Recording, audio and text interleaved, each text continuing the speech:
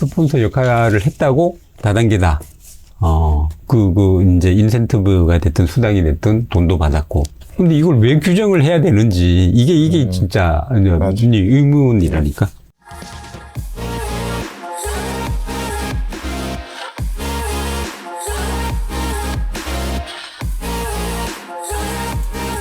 안녕하세요, 공국장입니다. 이번 시간에는 말도 많고 탈도 많은 후원 방문 판매에 대해 알아보겠습니다. 오늘도 두용준 기자 함께 하겠습니다. 안녕하세요. 자, 후원 방문 판매가 참 말도 많고 탈도 많은 상황이에요. 지금 상황은 어떤 겁니까? 최근에는 이제 후원 방문 판매 업체의 무등록 다단계 영업에 대한 단속이 굉장히 많았었거든요. 적발되는 업체도 많고, 제재받은 업체도 많고, 예. 그리고 가장 중요한 거는 이제 내년부터 방문 판매법 시행령 개정안이 시행이 되는데, 거기에 이제 후원 방문 판매 업체, 신규로 진입하는 후원 방문 판매 업체에 대한 약간 진입 장벽이 높아지는 법 조항이. 뭐 어떤 식으로 진입 장벽을 높이는 거죠? 과거에는 후원 방문 판매 업체가 최종 소비자 매출 비중이 70%가 되면 후원수당 제한, 가격 상한선 제한, 소비자 피해 보상보험 계약 체결 의무도 그러니까 면제시켜주는, 그러니까 옴니스트리션 기준이 적용이 됐었는데, 예. 요게 이제 산정을 할 때는 과거에는 실제 영업 기간을 기준으로 산정을 했단 말이에요. 내가 일주일을 영업했든 한 달 영업했든. 근데 이제 바뀐 법 조항을 보면은 무조건 6개월 이상 영업을 하고 이렇게 산정을 할 수 있도록 법이 바뀌었습니다. 그 말은 그럼 이제 일단 후원 방문 판매를 시작하려고 하면 일단 공제조합이 됐든 은행이 됐든 소비자 피해 보상 보험을 체결해야 된다는 거죠. 그렇죠. 그러니까 이제 영세 업체들은 후원 방판도 하지 말라는 뜻인 것 같은데. 약간 힘들어지겠죠. 예. 그렇겠죠. 예. 그렇게 될 경우에 소비자 피해 보상 보험을 체결하는 업체가 많아질까요? 아니면 방문 판매 신고만 하고 불법적으로 다단계 방식으로 영업하는 업체들이 많아질까요?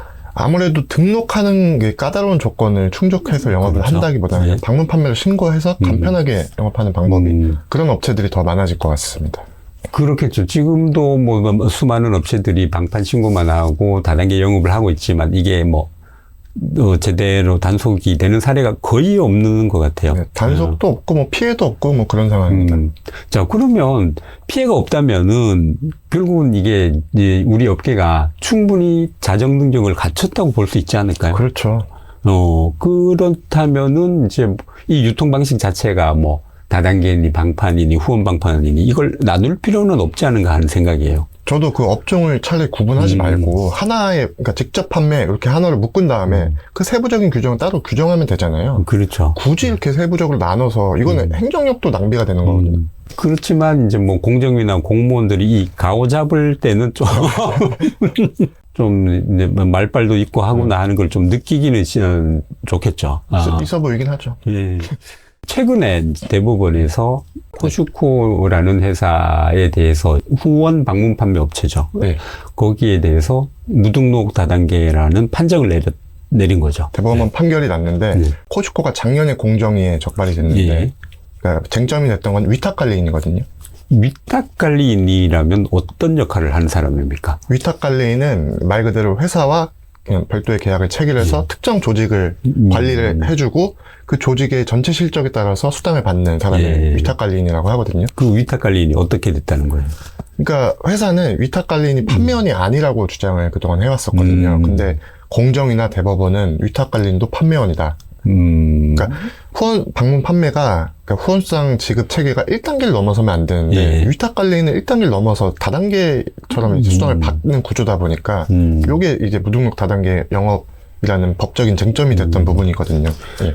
우리가 상식적으로 생각을 하면 일단 그 회사에서 월급을 받거나 사대보험을 제공받는 경우에 있는 이제 판매원이라고 보기보다는 이제 회사 임직원으로 보는 경우가 많잖아요. 그렇죠. 그럼 위탁관리인에 대해서는 그런 사대보험이나 정식 급여가 지급이 된 거예요?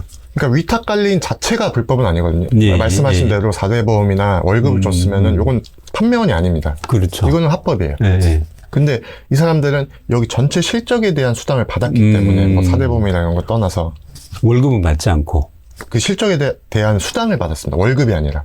이제 수당이냐 인센티브냐 단순한 인센티브냐 요거도 쟁점이 될 수 있을 것 같아요.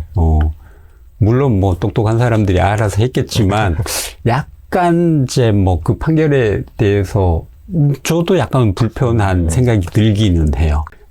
자, 그러면 이제 뭐 다시 코슈코로 돌아가서 코슈코의 입장은 어떤 거예요? 코슈코는 이제 위탁 관리는 판매원이 아니다.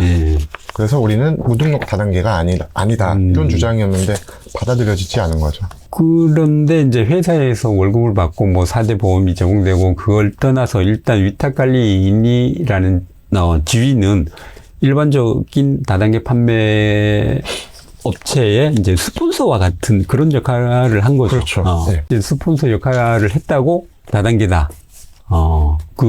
이제 인센티브가 됐든 수당이 됐든 돈도 받았고. 근데 이걸 왜 규정을 해야 되는지, 이게 진짜 의문이라니까. 앞으로 후원 방문 판매 업체는 현저하게 줄어들 가능성이 있는 거네요. 그렇죠. 근데 뭐, 그동안에도 사실 후원 방문 판매 업체는 약간 축소되는 분위기였고, 이번을 계기로 더 아마 급격하게 하강하지 않을까 싶어요. 그렇죠. 근데 이제 대부분의 뭐 안 그러는 사람들도 있겠지만 후원 방문 판매 업체에서 이제 소속된 판매원들 같은 경우에는 다단계 판매를 경험한 사람들이 많단 말이죠. 그렇죠.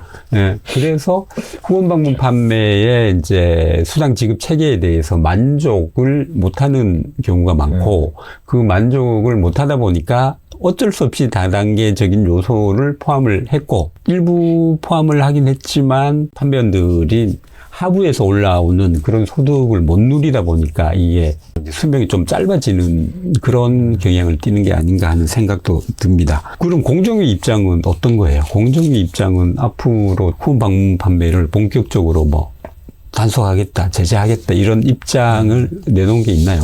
지금은 일단 위탁 관리를 두고 있는 업체들에 대한 요거는 명백히 너는 다단계다. 이렇게 보고 있고 그리고 그 옴니트리션 기준 있잖아요. 그 최종 소비자 매출 산정 기준 70%. 예. 요게 산정하는 그 방식이 그러니까 회사들마다 다 이렇게 산정을 하고 있는데 요것도 좀 문제가 많다고 보고 있거든요. 공정위는.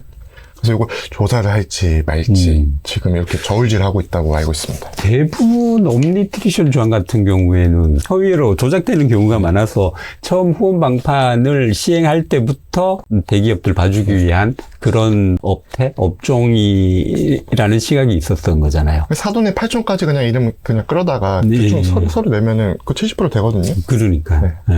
일단 진짜 궁금해지는 거는 후원 방문 판매 업체들이 대거 다단계로 들어간다. 그랬을 경우에 다단계 판매 시장의 파이는 진짜 커질 수 있을까? 글쎄요. 저도 여기서 조금 의문이 되는 게 만약에 그랬다면은 작년에 이제 후원 방문 판매 업체 매출이 30%가 감소가 됐단 말이에요. 그러면 반대로 다단계가 반사이익을 봤어야 되는데 같이 떨어졌어요. 30%는 아니어도 뭐 20%라도 그렇다고 해서 이제 뭐 그러면 이 얼마 안 되는 5조 원 안팎의 이 매출을 서로 더 나눠 먹어야 되는 그런 불상사가 발생을 하는 거죠. 국장님이 항상 말씀하시는 거 있잖아요. 뭐 파이가 아니라 프라이팬을 키워야 된다고. 그렇죠. 큰 냄비가 필요하지. 이 냄비가 작은데 아무리 파이를 넓히려고 해도 이제 파이가 커지냐고. 그러니까요. 안 익지. 그래서 이제 뭐 파이를 키우는 것도 중요한데 파이를 키우기 위한 냄비나 후라이팬을 큰 걸 아주 초대형으로 준비를 해야 이 업계 전체가 살아날 수 있지 않을까 하는 생각입니다. 지금까지 두영준 기자와 함께 2025년도에 변모될 후원 방문 판매에 대해서 짚어봤습니다. 오늘 나와주셔서 감사합니다. 감사합니다.